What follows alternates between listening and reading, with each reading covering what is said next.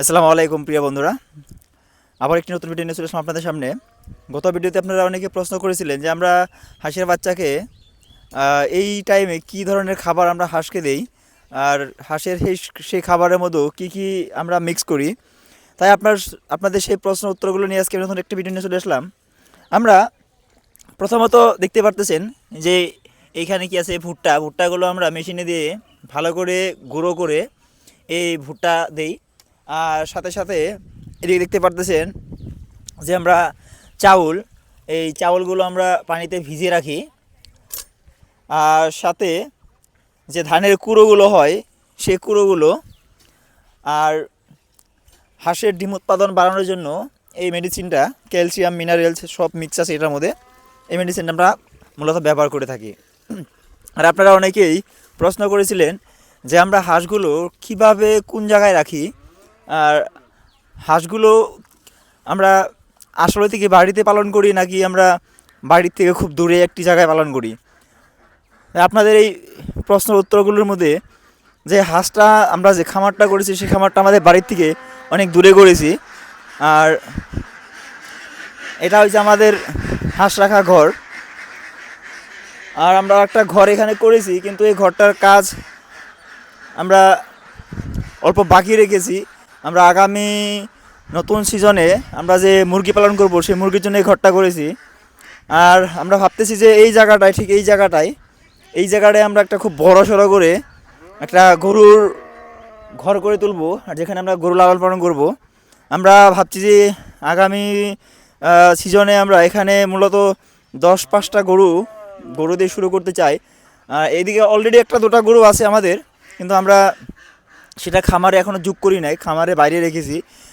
আর আপনাদেরকে দেখাচ্ছি যে আমরা গত 3 দিন আগে আমরা আমাদের খামার থেকে ডিম পেয়েছিলাম, যে আজকে আমরা ডিম পাই কি না সেটা আপনাদেরকে দেখাবো।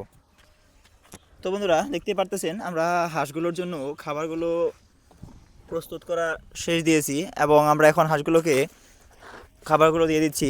এই ছোটো ছোটো আমাদের যে ডিশগুলো আছে সেই ডিশগুলোতে আমরা হাঁসগুলোর জন্য খাবারগুলো দিয়ে দিয়েছি। এখন আমরা যাব হাঁসগুলোকে যে আমাদের খামারের যেটা ঘরটা আছে সেই ঘর থেকে ছেড়ে দেব।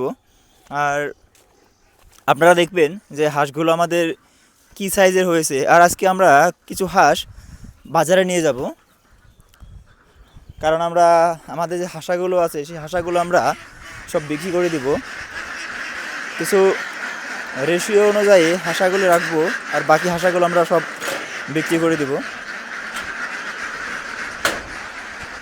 এই হলো আমাদের হাঁসগুলো এখন সুন্দর তাদের সকালকার যে খাবার সেই খাবারটা খাওয়ার জন্য দৌড়ে যাচ্ছে। আর এই সকালের এই মুহূর্তটা অনেকই ভালো লাগে আমার, যখন হাঁসগুলোকে আমি ছেড়ে দিই সেই মুহূর্তটা অনেকই ভালো লাগে।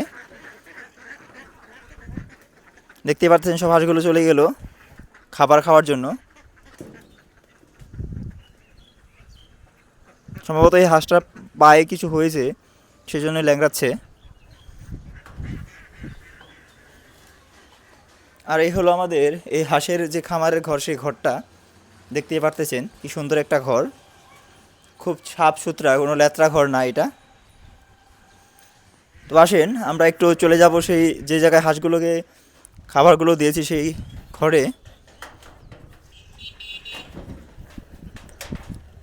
কারণ এটা বন্ধ করে দেওয়ার কারণ হলো আমরা দিনের ভাগে এই ঘরটা বন্ধ করে রাখি, কেননা যদি সারাদিনটা ঘর খুলে রাখি তাহলে হাঁসগুলো যে ঘরটা লেত্রা করে দিবে, খুব খারাপ করে দিবে।